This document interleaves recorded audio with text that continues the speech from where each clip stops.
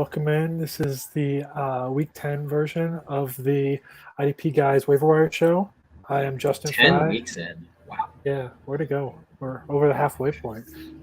Because we were a couple weeks ago. I'm Justin Frye at FFF Ballers on X. He is Joe Harlow at JoLo63. So let's see. IDP Guys website, go check it out. We got a lot of great content, great writers over there. And we also have our Discord server if you subscribe. Speaking of which, we have a new code that just came out. Use code IDP50. That's IDP50. And you'll get 50% off season-long membership. Just came out. Go check it out. Like I said, a lot of great content. Run year-round. Talking Dynasty. We're talking trades all year.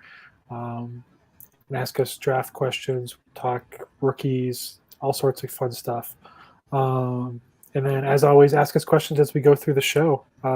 We'll get to as many as we can. I feel like we always wind up hitting on all of them. And I think we even saw some coming on Twitter in advance already. So that's awesome. So with that, Joe, you want to dive into what turned out to be another injury-filled week? Aren't they all at this point? So it seems. It seems like it. Yep. Oh, gosh. The list I have on my other page is taking up almost the entire screen on our Google Doc. So we're just going to race through these as quick as we can. And if we forget any, sorry. Quarterback-wise, Daniel Jones, ACL, done for the year. Oof, just nightmare season for them. Good morning, Marco from the future. This is us from the past. You said good evening, good afternoon, whatever time. Yeah, nightmare season for the Giants. Yeah, he's done for the year. Jaron Hall actually looked pretty okay in his first couple of drives as the Viking starter, and then he went down, and Josh Dobbs came in and will be the starter. So short-lived time for Jaron Hall, unfortunately. Running back-wise, Cam Akers tore his other Achilles. Just huge bummer. You know, he was someone we had mentioned last week as a pickup. Hope you didn't get him. But it's just such a bummer. That's probably going to be it for him, more or less. But, yeah. Wide receiver-wise, Jamar Chase and Jalen Waddle both had injuries that they did come back to the games. I don't know if Chase – I can't remember if Chase actually even left. But it's something to monitor for both. Chase was his back, and in his post-game interview, he seemed kind of concerned about it and was like, yeah, it's a thing. So that's something to monitor. Jalen Waddle, it was a knee injury, something he's been dealing with throughout the season, but he did come back and had a good game. So just monitor that for them. Josh Palmer went on IR before the Monday night game, so we'll miss the next 3 games at least. Also a knee injury for him. Christian Watson left with a chest injury. There was some worry it was concussion, but it apparently is not. So he should be playing this week. Or chest. They said chest, back, and concussion, and I think he checked out all 3 fine. So yeah, so should be good. Treylon Burks and KJ Osborne both had very scary injuries, concussions, and I would be really surprised if they played this week, even though Treylon Burks was the Thursday night game last week. I think both ended up being carted off the field. So that's also a bummer. Josh Downs, Colts rookie, knee injury. Have not seen much on the severity there, but I know it was something he went into the game also nursing. So I think they said it was a separate knee issue, though, which is, I think, good. But the Colts, we'll talk about another Colts injury, but later on. But, they're up by after their Germany game, so be ready to be without Colts. Yeah, and we have a matchup between our teams there, so that'll be something. Wide receivers, DJ Chark, elbow injury, did not practice in their simulated walkthrough yesterday because they have the Thursday night game, so something to monitor. I don't know how many people are playing Chark anyway, but it's a weird matchup. Tight ends, Dallas Goedert had a forearm injury and will be going on IR, it sounds like. Yeah, the only thing for that one is people who need him to go on IR. My guess is because the Eagles are on bye this week, you're not going to get him put on IR until a week from Saturday. I know on Sleeper he is already marked as out, so hopefully that helps some people, helping me in a couple leagues, but that is a pain.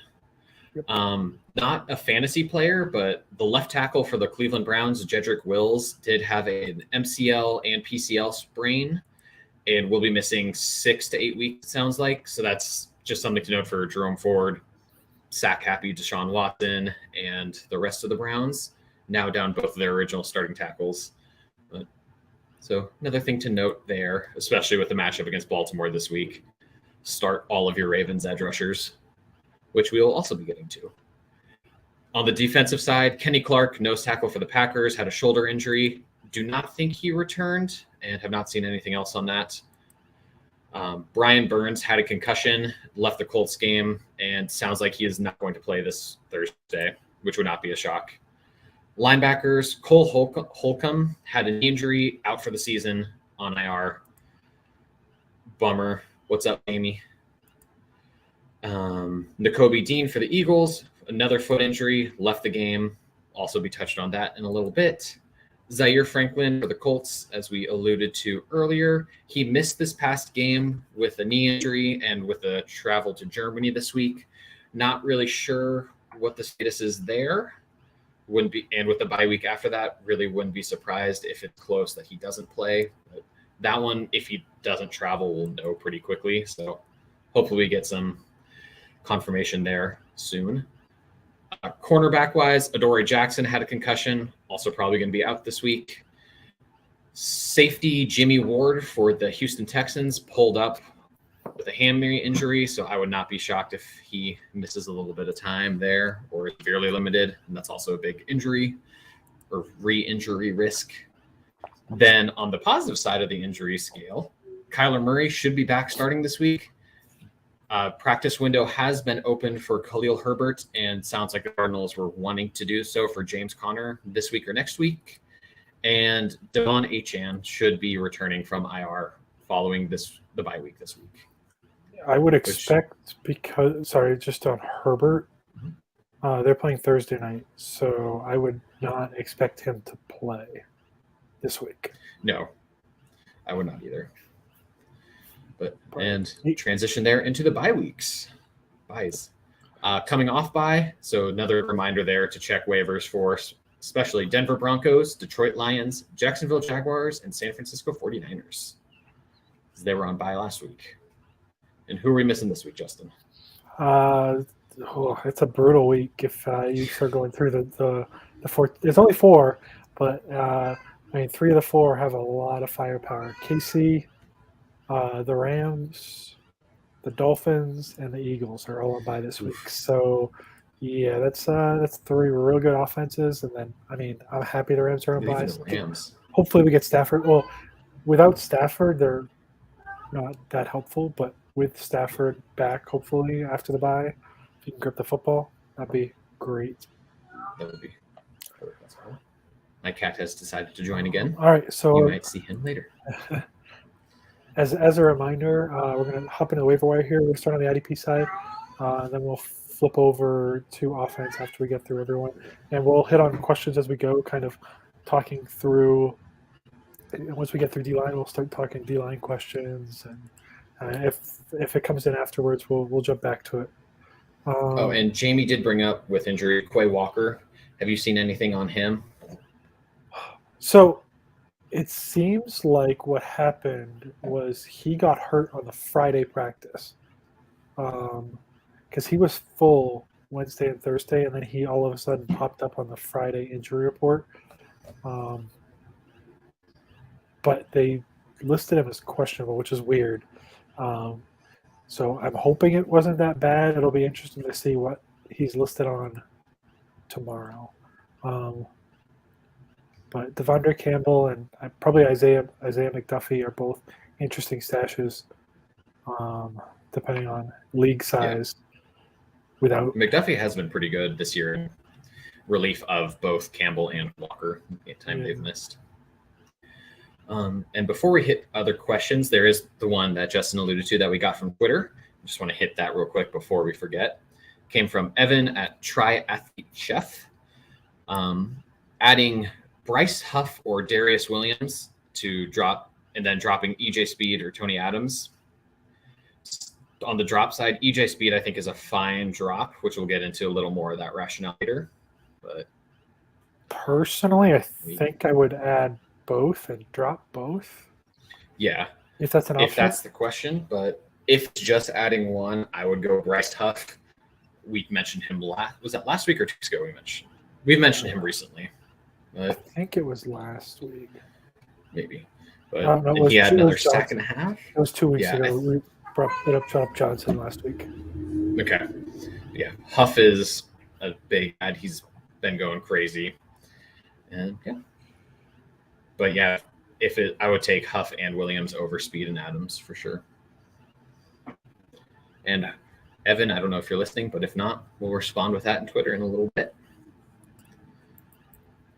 So let's get into the waiver wire. Defensive line. How did we do last week? I was just looking at that because I realized I missed Jermaine Johnson because he was playing on Monday Night Football. So not a great week for us. 2 guys were on bye. One guy was on bye and the other one was a long-term play. So go 0-2 and kind of 2 pushes. Jermaine Johnson, 2 tackles and a half sack. It was only a half. I thought he got a full one. Unfortunately, so he's kind of it could have been better. So we'll take the L on that one. Same with Harold Landry. He struggled. Baron Browning's back off bye this week, and if he's available, he's a great addition. And KJ Henry unfortunately didn't do anything in his real debut, I guess, for the Commanders. They're starting DNs from earlier in the year. He only played 9 snaps. I'd like to see that tick up, but it was a weird roughing the passer call on him in that game. They all seem weird at this point. It's coming from a Patriot fan, so I'm pretty sure they called him for body weight, like putting the body weight on the quarterback when he came down, but whatever. Weird times. But I guess let's hit on how was that usage overall in Washington, which is a big question. I have those numbers up if you do not. I do not. The top edge rushers for them were James Smith-Williams and Casey Toohill, each recorded just under 70% of snaps. And then KJ Henry had 14%, Andre Jones 22%, and then F.A. Odaba had 33% of snaps. So James Smith-Williams and Toohill were the top names. No one did anything, but those are the names right now. We're not touching on them in here because they didn't do anything. So I don't really expect it to stay that way since they did nothing. Yeah, it's not a great O-line that they were going up against. So, all right. So, first name we'll dive into Kyle Van Noy. For those who don't know, he's on the Ravens this year, or partway through this year. He joined. Against the Seahawks, he actually put up 2 sacks and a forced fumble, and he's now up to 5 sacks in his last 4 games.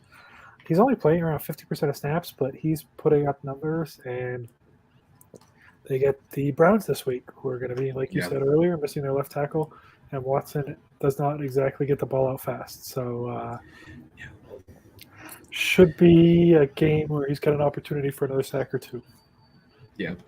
And yet that whole Ravens defense, and we have a question in here from Will asking about just starting the whole Jets defense. And I think that I'm bringing this up now because honestly, similar with the Ravens defense and really the Browns defense against not at least the front 4. Really, it's, just frankly start them all. I'm sure there's exceptions here and there, but some of those top defenses right now, Jets, Ravens, Browns, if you don't include linebackers, just start all of them. But just wanted to bring that up real quick. Ravens right now, their edge rusher, their whole defense is just absolutely murdering people. It's the Seahawks actually offense did not play poorly. They ran into the biggest buzzsaw in the league right now. No, I think it's the Athletic Football Show and on the Ringers one, they were talking about how this is like the highest EPA and defensive success rate team defense since the 2000 Ravens. It's like Granted, it's halfway through the year, but that's absurd. Yeah. It's insane right now. Unless you enjoy watching defensive football, I would not watch the Ravens-Browns game, or you're a fan of one of those two teams. It's those are the two best defenses in football, and they get to go up against each other this week. So Lamar's going to do some crazy stuff as always, but fantasy-wise, I don't know how it's going to translate offensively for them. Yeah, it's going to be defensive. It's going to be fun if you like defense, though. Yeah, for sure. If you enjoy that type of football, it should be a fun game to watch. Really similar with the Jets as well. Like Will's question here, it's defensive slog. So who are we talking about next? Next, we're gonna hit Shaq Barrett, Buccaneers edge. If you want to hit him some more. Sure. All right. So he may or may not be available. We'll see. Available as in your league. He's probably a little more rostered than the other names we're bringing up, but he's coming back from the injury, and he's getting his explosiveness back, and his snap counts have been ticking up as a result. He's up to nearly 80%, and I think it was 78% this past week, and he just got his third sack of the year, his second in 3 weeks. Yes, C.J. Stroud dropped back to pass against the Bucs a ton, but I mean, they were all over. Barrett had opportunities for a couple more that he nearly got. And he was all over Stroud. So this week they're playing the Titans, and Will Levis, who was officially just announced as the starter for the rest of the year by Vrabel. So breaking news there. But makes sense. Rookie questionable offensive line. I mean, set up to get some more sacks if he can get to the quarterback still this week. Calling their line questionable is very generous of you. They've been they're not. They haven't been as bad as we expected, but everyone thought they were going to be by far the worst line in football, and they're not that. So that's why I'm. Yeah. Yeah. Subpar, but still, it's a good matchup. Barrett's a good play. Next name, another defense. Did you have a comment in there? Gonna throw it back to you. So. Oh, okay. Gonna hit a D tackle this time with Osa Digizua for the Cowboys. This is one where it's a lot of matchup play, where they have the Giants, who are turning to Tommy DeVito as their starter, not Danny DeVito. And yes, that's a real guy, but he was at Illinois and Syracuse, undrafted rookie. There's gonna be a lot of opportunities for sacks, even if it was the normal starter, Daniel Jones or Tyrod Taylor, who I think also sounded like he's going to be out for a little while longer, right? Taylor's on IR, so he's missing. Is he on IR now? 3 more weeks. Yep. So it's going to be the DeVito show. Odigizua for the Cowboys is third on the team in pass rush snaps, pressures, and sacks, only behind Micah Parsons and then one of Dorrance Armstrong or DeMarcus Lawrence, just depending on which number it is. Amongst defensive PFF, how they have D linemen versus edge, which is mostly defensive tackles. Amongst all of those players with over 100 pass rush snaps, he is 6th in win rate and pressures. So he's applying a lot of pressure right now, and now they're going against very bad offensive line. So D tackle, if you're in a D tackle league, upside shot, throw him in there. Probably going to get at least a couple QB hits. Get some interesting breaking news. Yes. So the Rams officially cut Dresser Wynn, the quarterback, and are expected to add Carson Wentz as a backup to Matthew Stafford, which does not sound good for Stafford long term, but Wentz is actually a name that ought to be able to keep the offense at least moving, especially with McVay in there. I mean, he ought to be able to do what Baker was doing at the end of last year. Maybe. Hopefully. But sorry, I just wanted to bring that up. That's interesting. It is. I don't know how I feel about it, but and in Superflex leagues, I would be adding Matthew Stafford. He's owned. I would be adding Carson Wentz this week. They're Yeah, I guess. they're on the bye, but you don't go get. I don't think you go get Carson Wentz if you're expecting Stafford to play anytime soon. Probably not. Honestly, I'm I would not seeing expect that it, pop up. possibly an IR move. That would make sense, especially with how their season's kind of been on Yeah. the downswing. Keep them healthy for next year or for a trade. One more D line name to hit. This is really kind of a shot in the dark if you're in a very deep league needing some upside. With Brian Burns being down, Amare Barno is the top edge rusher for the Panthers right now since Justin Houston. I don't know if he's on IR, just still out, just bench. I think he went on IR. He went on IR right before on Saturday. I think, if I remember right. Yeah, missed that one, but I know he hasn't been used much anyway. But Barno was, if you remember from his draft class, which was 2020, maybe, I think he ran a 4.38 as a D lineman. So just he's an athletic freak. So against a bad Bears offensive line, which maybe Tyson Bagent again, maybe Justin Fields is back.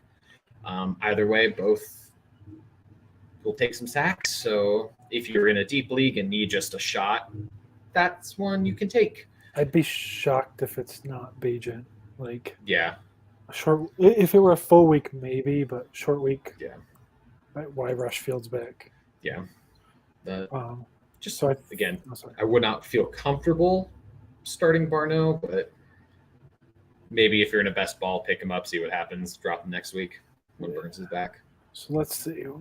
We kind of hit on this one, but we had a question on D-line. I'm adding Jermaine Johnson over Bryce Huff.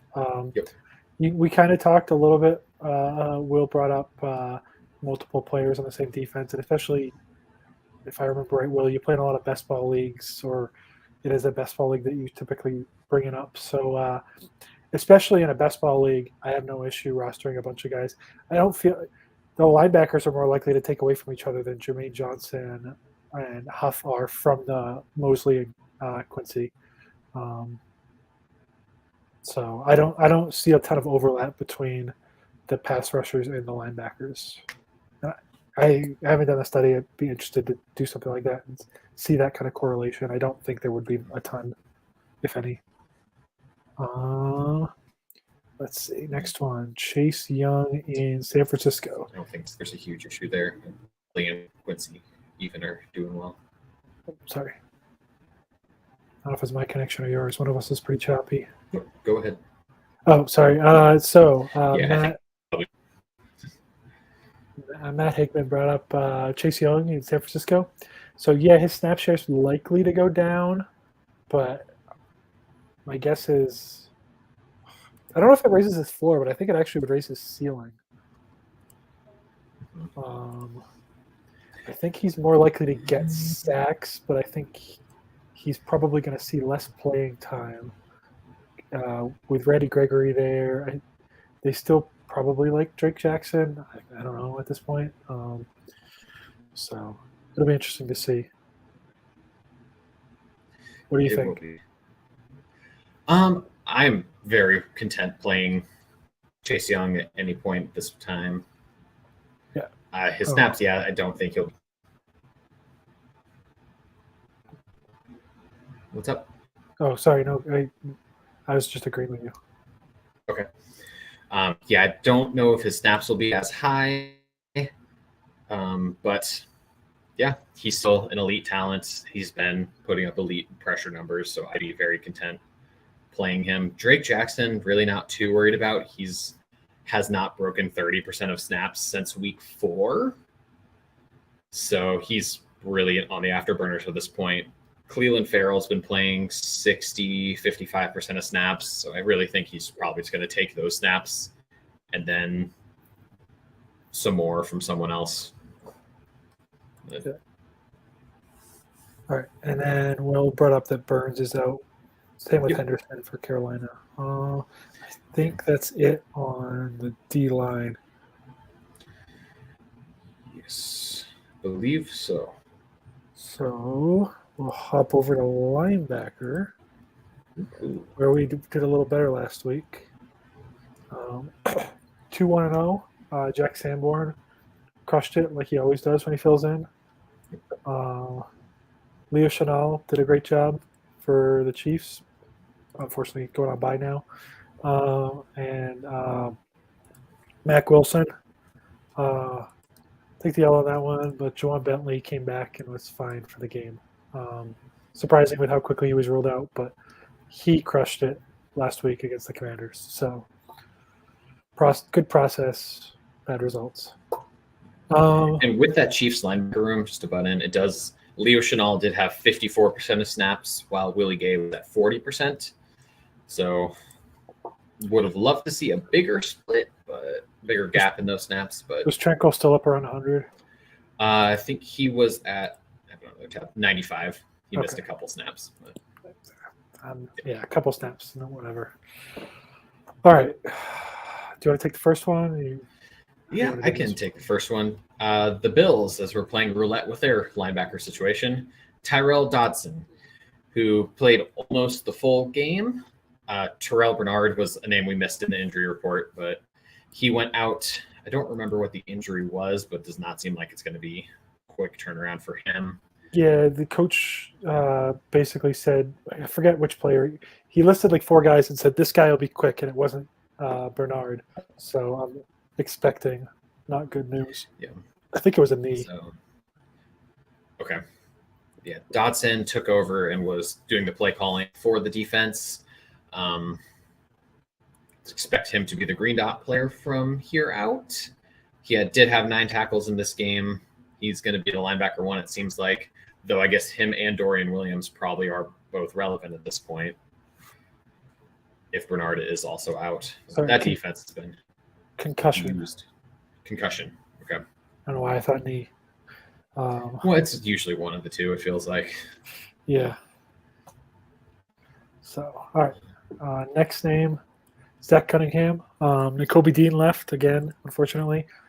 And Cunningham played a full snap share and got 10 tackles for the second time this year. Unfortunately, the Eagles are on bye this week, but Cunningham's been playing a near full-time role even with Dean back. So if you're looking for a linebacker, you can do a lot worse. But like I said, just a stash play for this week, or stash for this week. So do you want to? We got another. We talked earlier about the NFL's leading tackler being out. So who's his replacement? So Segun Olubi.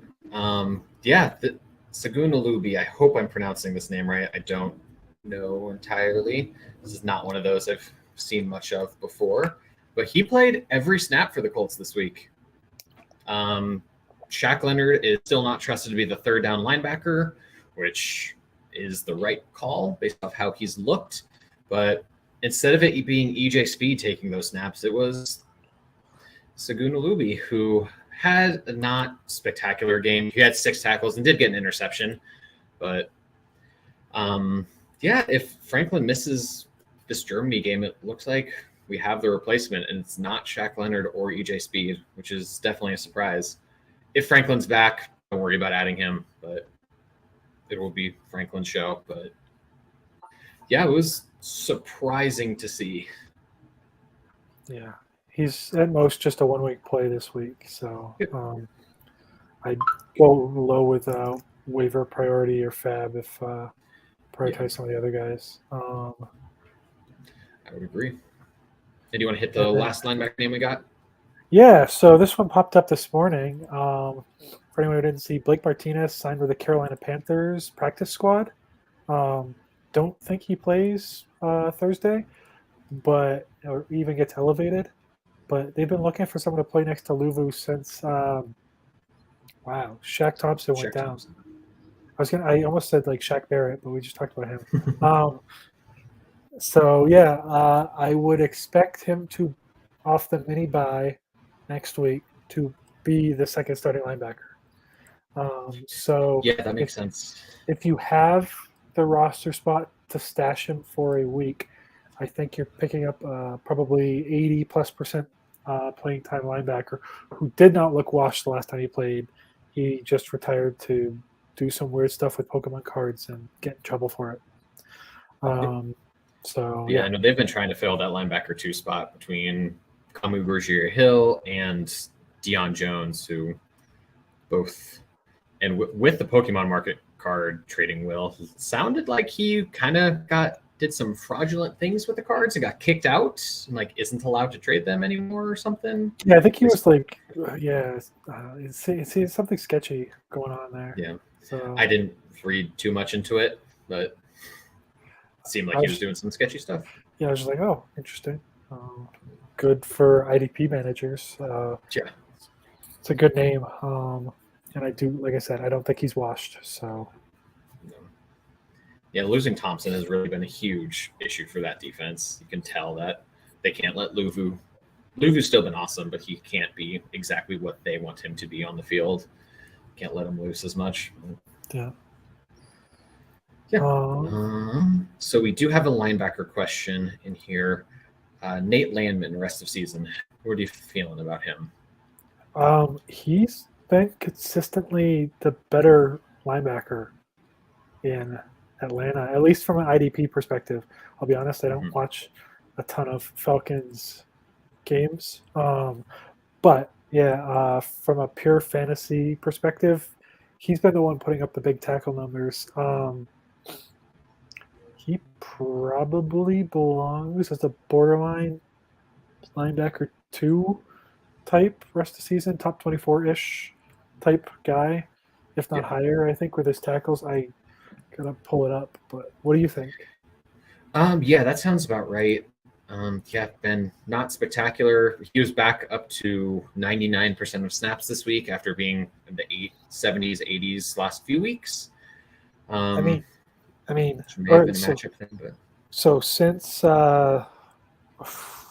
Troy Anderson went down week 3 or 4, so week 4, 9 tackles, 8 tackles, 8 tackles, 12 tackles, 8 tackles, 10 tackles. Like, I mean, pretty solid.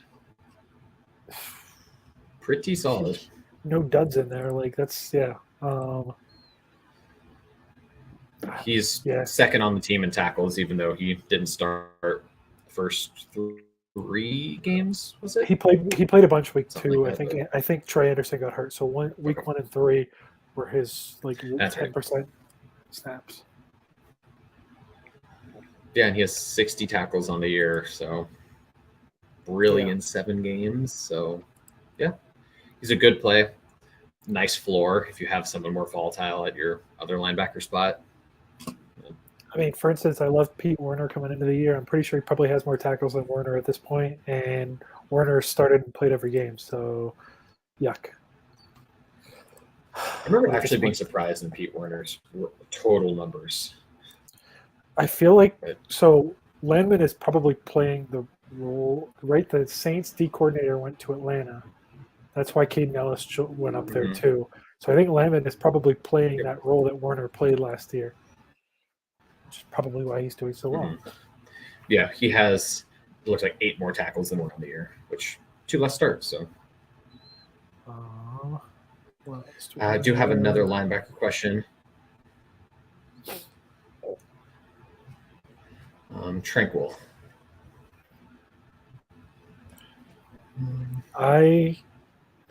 He definitely doesn't have the talent of Bolton. They're different players anyway. So honestly, when they signed him, I actually really liked the signing, and I assumed what he was going to do was take the role that Willie Gay has played most of his career as the linebacker 2 and coverage linebacker, and let Bolton be Bolton, rush the passer, not be locked up on tight ends and running backs as much. But then they basically made him a backup to Bolton. So it's interesting. He's had a couple up and down games, but they use him differently, and he gets sacks with some regularity. So, I mean, I don't know that he's going to put up the monster tackle games you got from Bolton, but you're getting stats elsewhere. So he's probably borderline linebacker 1 type the rest of the season, but with the snap share he's playing and everything, it's hard to get off of him. And they're another one of those defenses right now that they're in the conversation for second, third best defense in the league right now. There's And they're one of those other ones that, from Will's question, like you can start pretty much anyone on that defense right now. Tranquil, I do have as a pretty locked in linebacker one for the rest of the season, or not rest of the season, but until Bolton's back. But it's honestly, it's the defense being so good is what is killing Patrick Mahomes' fantasy value. Yep. Somewhat. Yeah. I mean, they don't need to have him drop back and throw it as much as he has historically. So yeah, don't need him to trust those inexperienced receivers. But let's see, Will had another one. We can just go back to. So this was on his question of Jermaine Johnson or Bryce Huff, I think, and I would put Byron Young between Johnson and Huff personally. Huff is not you wouldn't put Young first. No, you're a huge fan of his. I am a huge fan of his, but he's still a rookie. The thing with Johnson's showing his talent level, and he was a first-round pick. Young is still a third-round pick, was a little raw coming out. He played for a really small school before winding up in Tennessee.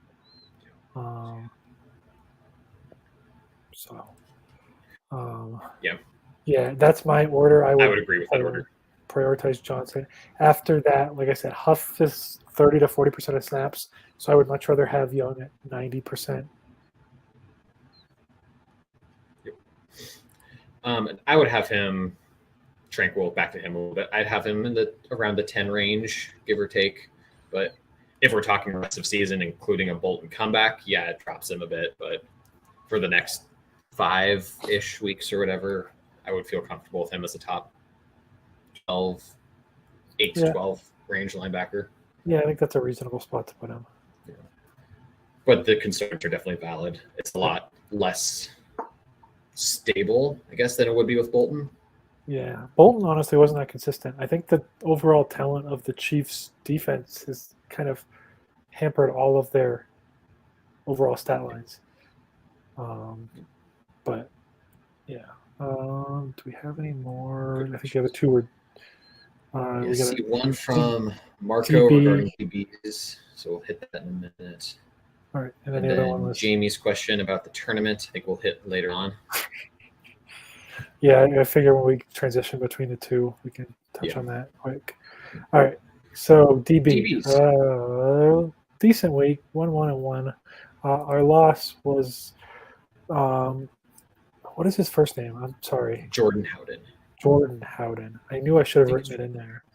For the Saints, Marcus May came back, so unfortunately didn't play enough to be worthwhile. Keanu Neal did great. Bunch of tackles, and Tyreek Stevenson, typical cornerback, up and down. Speaking of which, let's hop over to that question because it involved Tyreek Stevenson. Yes. Where did that go? There it is. Tyreek or Adebo? Paulson Adebo, who had 2 picks this week against Tyson Bagent. Let me. They're not that dissimilar, honestly. They're both quarterback 2s on their roster. Opposite good players. Outside corners, not slot guys. Oh, goodness. To me, this one's still going to go with Tyreek here. He is now tied for the most targeted corner in the league. Again, per PFF, and I am scrolling to try to find Adebo. I think teams are going after Lattimore more than Adebo. Surprising, but I think Lattimore has definitely not been himself. But yeah, he's also getting up there. Yeah, Tyreek is the one I go with. But Adebo's also he's a solid corner. Tyreek Stevenson, I think, will be, but right now he's a rookie. He's getting picked on and should be getting picked on.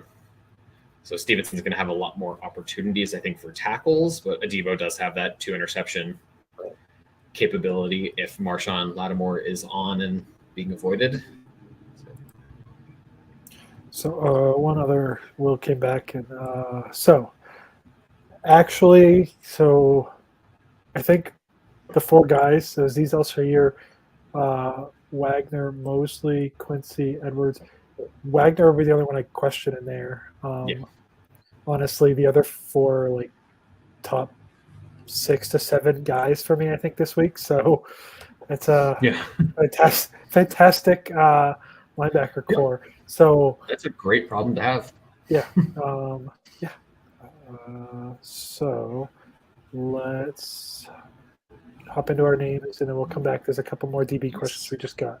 So first one, do you want to touch on? Sure, I can touch on Tavir Thomas, the slot corner for the Texans.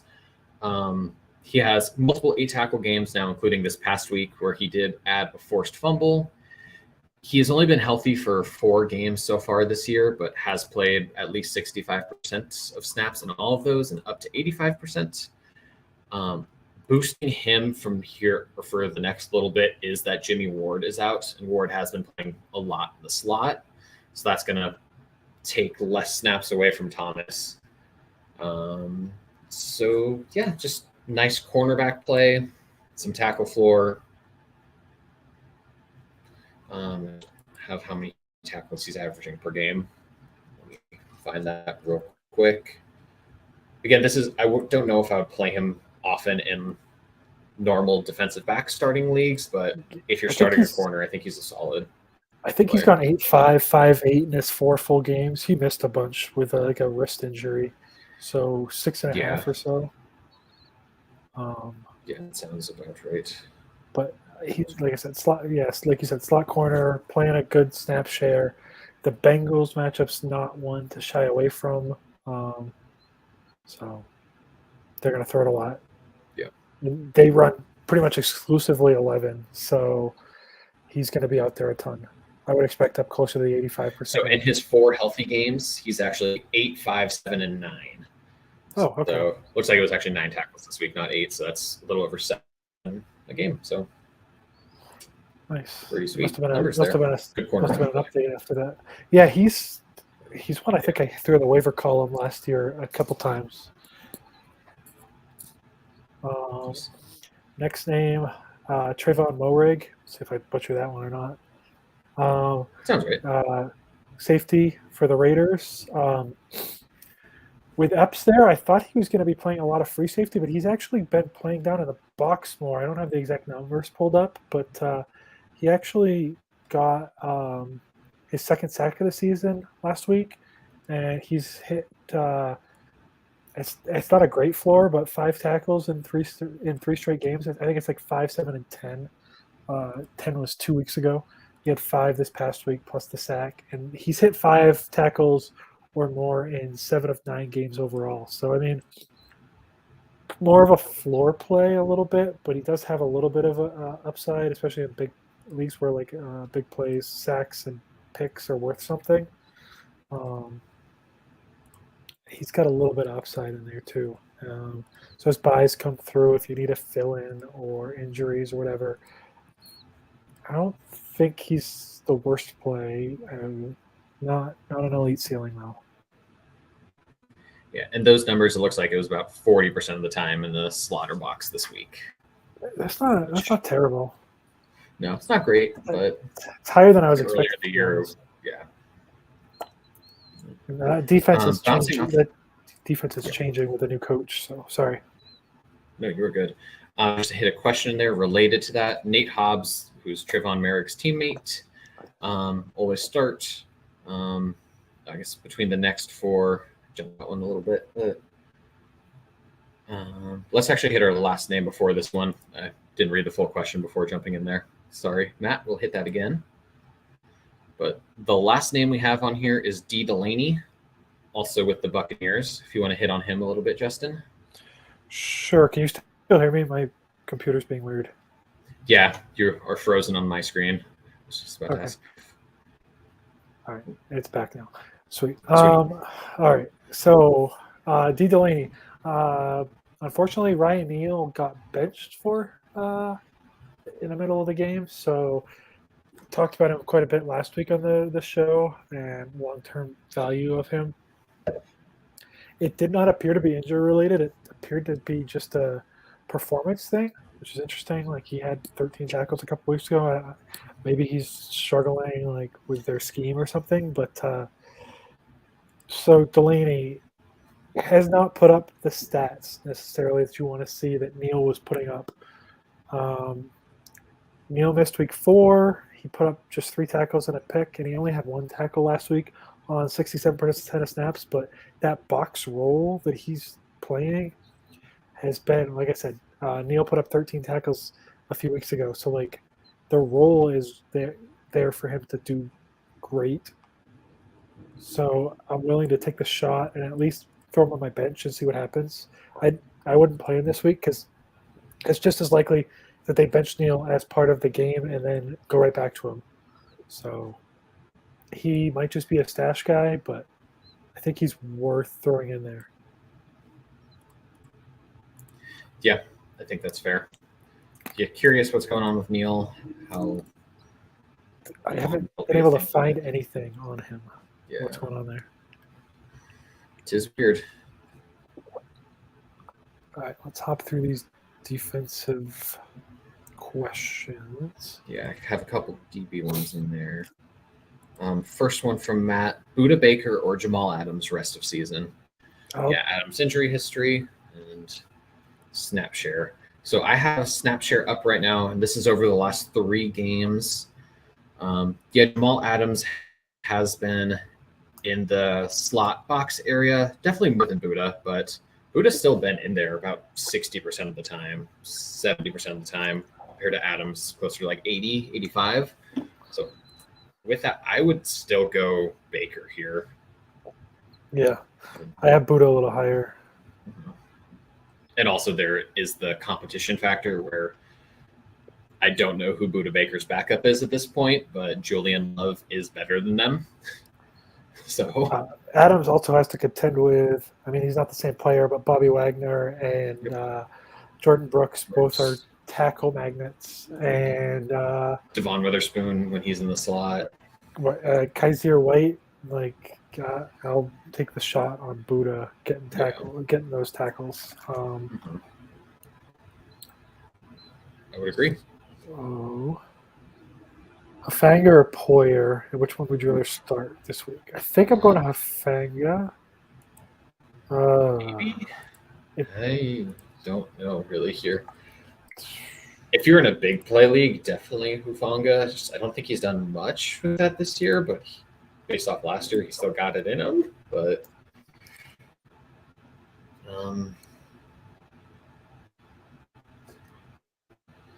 yeah, not sure on that one. Poyer's been fairly consistent, I think, but yeah, he's also playing about 60 to 65% in the slot box area for Poyer, whereas Hufanga has been playing 65% ish deep. So floor wise, I'm probably going to go Poyer here. Who are the Bills playing this week? Totally just lost that. That's a good question. I don't remember the answer to. They do not have their bye yet. Let's see. I'll have it in just 1 second. Broncos. The 49ers are playing the Jaguars. Ooh, Broncos, Bills. Monday night. Prime time this week is rough. Goodness gracious. Bears, Panthers, Thursday night. Our Colts and Patriots on Sunday early morning. Or is it Raiders, Jets? Raiders, Jets Sunday night, and then the Broncos, Bills, which is gross for some ways, on Monday. Oof. So I think we disagree, but I think I tend to be a little more conservative, especially on the IDP side than you. So I think that explains it. Yeah. I'll shoot for the high end, and you're more give me the median, kind of keep it consistent. So yeah. Question that we just hit at the same time. Question that I jumped a little bit, but yeah, start Nate Hobbs, especially in a cornerback league. Adebo, St. Just, Cam Taylor-Britt, or Stevenson. I'm going to go ahead and put St. Just at the bottom. Just I know Quan Martin came in. He's someone who, if you've been listening or know me at all, know that I absolutely adore him as a player and think he's there might be their best corner already. So I think he's going to take that spot pretty quick. But once he gets fully up to speed, so St. Just is at the bottom for me. I think I'm starting Cam Taylor-Britt. I think This week they're playing the Texans, who just I threw all over Tampa. they're going to have to throw a lot against Yep. Cincy as well. Yeah, I think he's the high guy for me. Yeah. Then we said what? Yeah. Stevenson, Adebo, St. Just. All right. Yep. Sweet. All right. The last question. We'll get to Nino Pena. We'll get to your question. We see a couple comments there. Some offensive questions. Yeah. Before we transition, we had another one on IDP Invitational. So, for those who don't know, every year we run an IDP Guys Invitational. You can sign up on the website for next year. I'm not sure if the sign-up's live yet or not. I'm pretty sure it is live. Okay, as I say, I usually sign up as we get closer to the season. But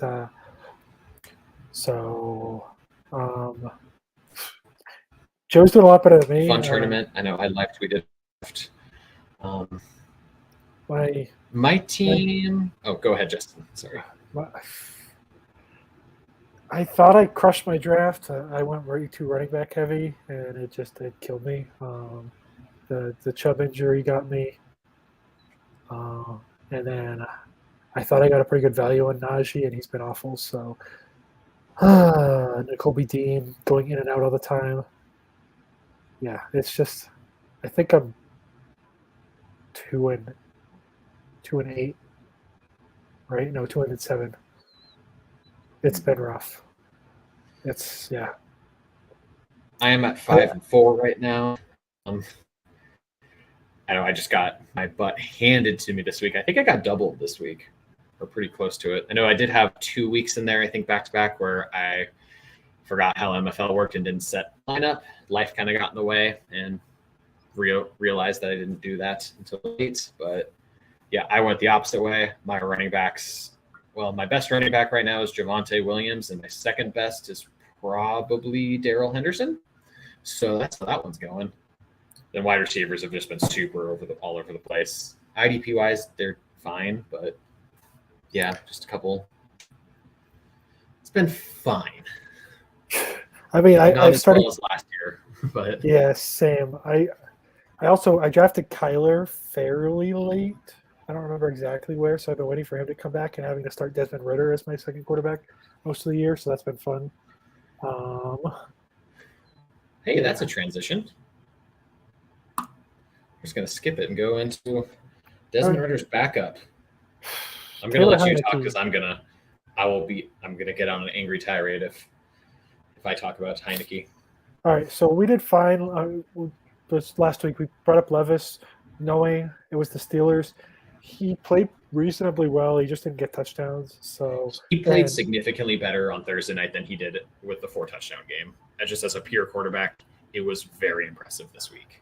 So I think he's fine if you have him, especially now that he's been named starter. I think you can keep rolling with him. So breaking news for anyone. The Giants are signing Jacob Eason. I know you love him. Okay. Interesting. They did sign someone else. I forget. Is it Matt Barkley they have on their practice squad? He's the one I would expect to start this week. I don't think DeVito is going to start. He doesn't, no offense, look like an NFL quarterback. No. He had some decent numbers this week. I think at one point it looked, it was 15 of 20 for 175 and a touchdown. Barkley played with Daboll in Buffalo, so that's where I actually expect the start to go. But back to Taylor Heineke. They're playing the Cardinals in Arizona. Kyler's coming back this week, so I would expect against the Atlanta defense that the Cardinals are going to be able to put up some points. Let's see. So he gave decent performances the last couple weeks. He gave up 12 or scored 12 fantasy points in the second half of week 8 and 15 last week in the full game. I think he only had 1 touchdown. So like, there's some upside for more, especially the Falcons have been saying they think Drake London should be back from his groin injury this week. It'll be interesting to see tomorrow what kind of practice he gets in, if any. Be nice to have him back. Heineke also gave you 15 to 20 yards on the ground each of the last 2 weeks, so there's a little bump there, a couple more points. And I guess 38 pass attempts, just 1 touchdown against the Vikes. Arizona's defense doesn't really get pressure on you, and their corners aren't anything to write home about. So I think you could do worse. I mean, there's probably better options in most cases, but if you're In a really super looking, flex league, he's a good pickup, especially if you have Tua on or Mahomes on bye this week. yeah. And before we hop off quarterback, I also wanted to bring up to make sure you double check for a few guys that we have higher this week, but are probably more widely owned. Baker Mayfield, Derek Carr, Bryce Young all have good matchups and should probably be a little more reliable. Bryce was the one that scares me the most out of that group. And Bryce versus Heineke would be a little more of a challenge for me. But Baker and Carr have both been pretty consistently in the quarterback 12 to 15 range, and you just took away 3 quarterbacks that outscore them consistently on bye this week. So I would expect them to both be back in quarterback ones pretty easily. Yep, I would agree there. So running back wise, last week, how did we do? Running Doesn't backs.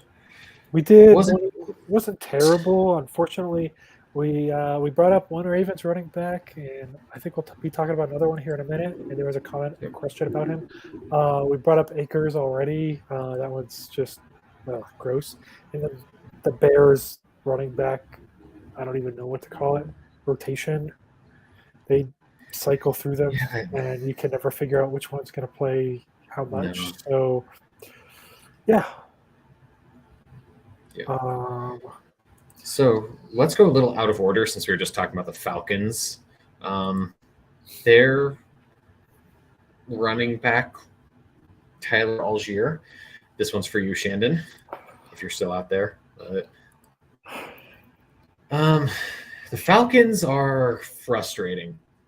So Bijan Robinson has kind of been in the doghouse the last few weeks. Looking at over the past this season in the red zone, Tyler Algier has 25 carries, which is 52.1% of the Falcons' red zone carries, whereas Bijan Robinson has 9, which is 18.8.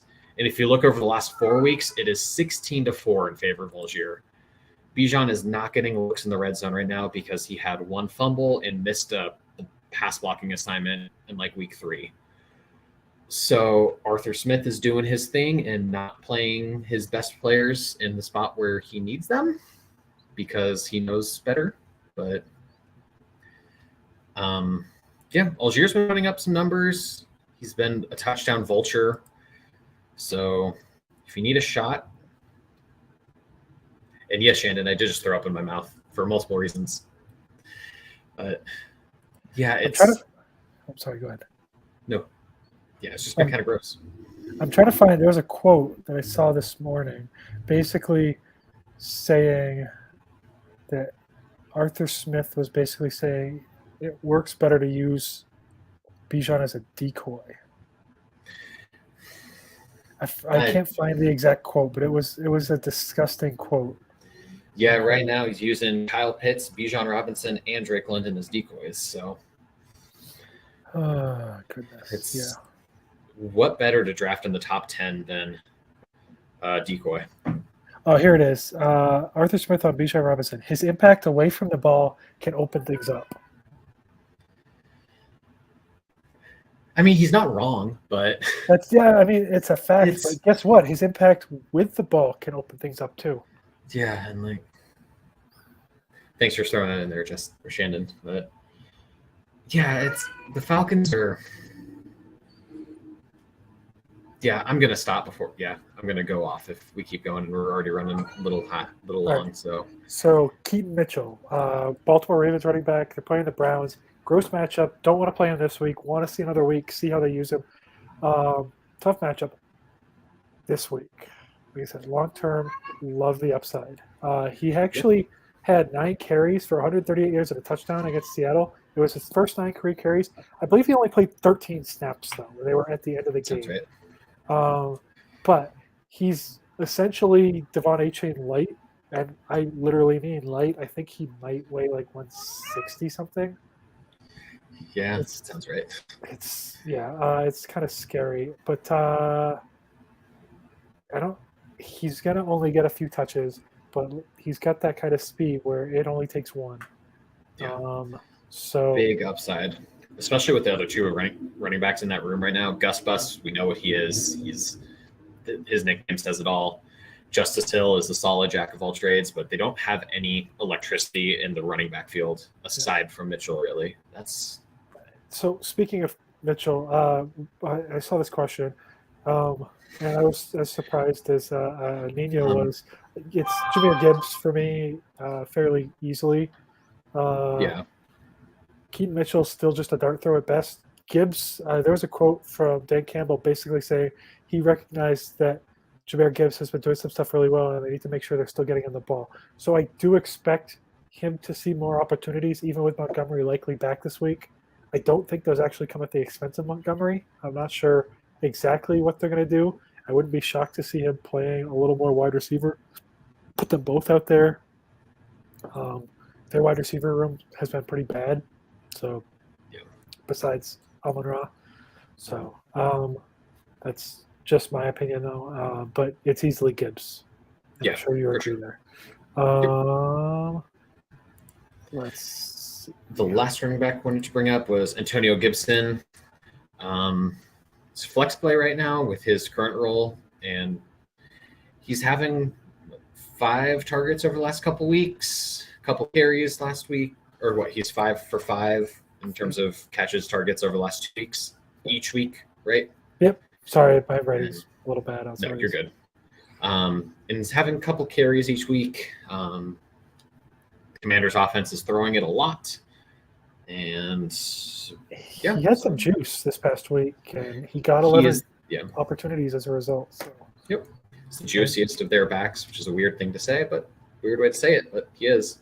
Yeah, he's got 5 to 6 targets in like 4 games this year. So like if you could get the right matchup, which I do believe Seattle, without having to play the Ravens this week, is like probably they're going to come out a little angry and play pretty well. So I imagine the Commanders, with their defense, are going to be playing a little catch up, and I wouldn't be shocked to see some Gibson.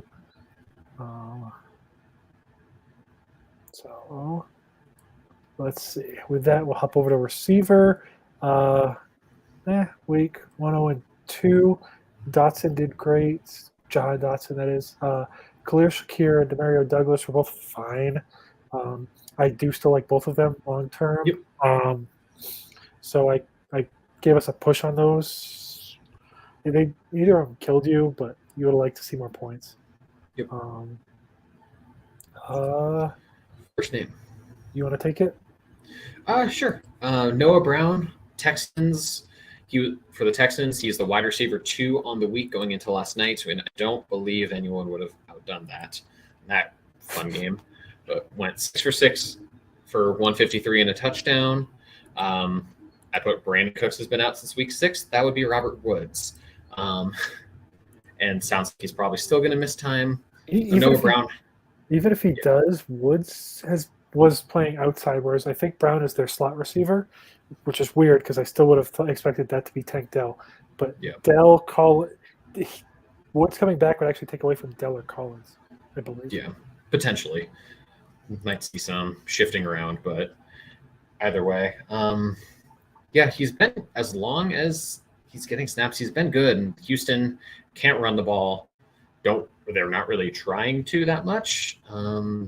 They're letting Stroud cook, and so really want to be starting all their weapons, especially with their defense not being great. So they're going to be in a lot of shootouts, a lot of opportunities. Yeah, their neutral pass rate went from like 1-3 to 2-3, or sorry, Jeez. 3-5 over the 3 out of 5 over the last week. It's kind of wild. Working. Yeah, clearly it's much more successful. I mean, Singletary played 70% of snaps, got a bunch of opportunities, and still did absolutely nothing because their O line is not able to run block. I mean, I think Dameon Pierce gets hit in the backfield so often, it's wild. Yeah. But all right, next name, Kyle Phillips for the Titans. I do not have it in front of me who he's playing this week, unfortunately, but he caught 4 or 5 targets this past game and 68 yards.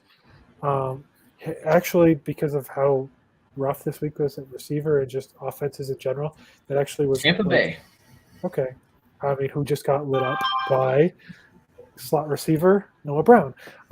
So kind of works out. That should be Phillips this week. He's not going to see that kind of yardage. He's not used as a downfield weapon like that. They'll use DeAndre Hopkins for that. But Vrabel said right around the time we started the show that it's unlikely Burks is going to clear concussion protocol this week. So they're not expecting him to play, which means Kyle Phillips is likely the second look a lot of the times for Will Levis. I wouldn't be surprised to see his looks go up and have a solid game. Yep. Back in college, the highest targeted player for Will Levis was Wan'Dale Robinson back at Kentucky, who slot guy. So maybe that'll translate. Granted, a lot of that was also lack of other talent, but yeah, that's another question, though. So last name we'll bring up for the wide receivers is a guy from 2 years ago who I loved in the draft process, Jalen Tolbert for the Cowboys. A lot of this is Michael Gallup has really fallen apart and really does not look like an NFL caliber receiver anymore. Over the last 4 games, his snap percentage has gone from Gallup's, that is, gone from 82%, 70%, and out of the bye week, he was at 51% and 48%. So he's been trending down, has caught 9 of 21 targets for 78 yards over that span. He's just not the same player he used to be.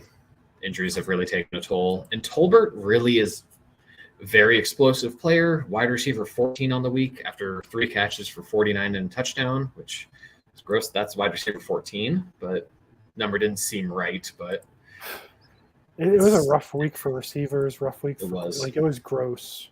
It really was. You either played a Texan or played against a Texan, and whoever had the Texans won the matchup, pretty much. Yep, pretty much. And more on Tolbert. They're not using Brandon Cooks in a way that Brandon Cooks is great. He's the best used in a motion-heavy offense with some quick, I don't want to say gimmicky, but some gimmicky sort of stuff, McVay sort of stuff. That's not what Mike McCarthy's doing. It's not what he's ever done. Tolbert really is a good fit in the offense. He's a good vertical threat. Dak seems to trust him a bit, and he's probably going to take over that wide receiver 3 role soon. He might take over the wide receiver 2 role if Brandon Cooks isn't as healthy as we thought, or the role. He's not someone I would want to start weekly. Maybe this week against the Giants, just as a screw it, it's the Giants start throw, but he's getting in a spot where he could be startable or flexible. All right. We had some receiver stuff in here, didn't we? Oh, no, it's a tight end question. We'll get back to it. Yeah. All right, tight end. We'll run through our guy. Last week, 0-1. Logan Thomas he did fine. He just didn't find the end zone, so 0-1. This week, we'll highlight Kate Otten. Unfortunately, versus the Titans, it's not a great matchup, but they've actually allowed the 8th fewest fantasy points to tight ends. Not to scare you off of him, just to tell you the floor is fairly low. However, he's actually seen 6 or more targets in each of the last 3 weeks. I think it's 9, 6, and 6. And anytime he's seen at least 4 targets, he's actually finished within the top 18 tight ends. So interesting little nugget there. Yeah, nice little floor for him. When he was down at 4, he got in the end zone, so that's why he was able to do that with a 4-target game. Other than that, it's basically been 6+ targets. But I expect them to have to throw the ball against a good Titans run defense, and their running back Rachaad White has not been good. Speaking of Rachaad White, all right, we'll touch on this one. So Nina's first statement was asking about a consistent role for Taysom Hill, or constant role. He's been doing so well that I don't know how they go away from him, especially Carr has not been the best passing quarterback. So, however, that being said, Rachaad White for Taysom Hill and Ridley, high overpay. The thing with it probably is, but the thing with Rachaad White is I think he's the only running back in the NFL that's seen at least 70% of snaps in every single game of the year. So it's more of a team build thing. It depends how badly you need the running back. And the tight end, really. And the tight end. If you feel good about your running backs, you don't need Rachaad White. I don't think you need to make the deal. Ridley scares the crap out of me. He's pretty clearly the wide receiver 2, which is weird. I really thought he would be the alpha and Kirk would take over the 2 role, but so that I don't think is accurate. He's getting the top corner coverage every game they're playing.